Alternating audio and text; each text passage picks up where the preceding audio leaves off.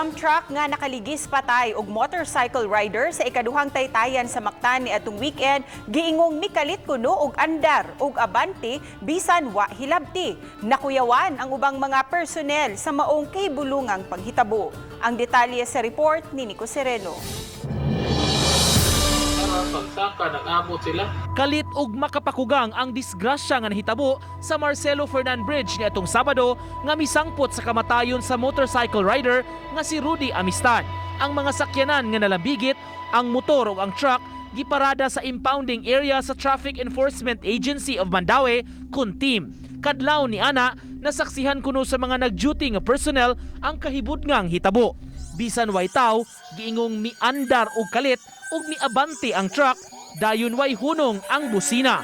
Nahibong sab sila nga halos muhawk na ang truck sa gisundan nga sakyanan nga distansya man unta kini. Dire na yan dong, dire.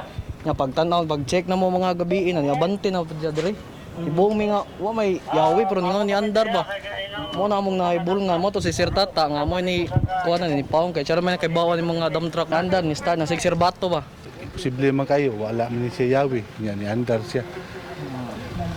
Adyo po lang personnel niyo ning on ato sir ning start. Wala sir kay wala man ang mga personnel good namo sa gabi dili sila ka mao mo operate og mga heavy equipment. Sa interview sa asawa sa namatay, gibutyag niya ang ilang pamilya ug paryente nakabatyag na niini gawas lang siya mismo. Giasoy sab niini kung unsa ni Amistad ka mainampingon sa iyang motorsiklo. Di man na siya gusto ma'am nga ilisan ang motor. Giingnan man gud na siya. Giingnan man gud na siya sa kung anong kapalitag bago even me. Kay naabi ako'y nadawat nga gamay pag retire na ako niya ning sa dili. Kay kanira gyud nga motor. Matod sa taga-team, may mga istorya na sa kahibudngang panghitabo sa ilang impounding area. Labi na kuno sa mga sakyanan nga nalambigit sa aksidente nga misangpot sa kamatayon. Plano nila karon magpamisa alang sa mga kalag nga wa mahiluna. Daghan na kay nabantayan ako mga personnel sad nga sir na may mag-akbo dito sir nga mga tawo nga kay bawo ta kay ila. Mo say makayang iro man sad masig uwang may buong sila.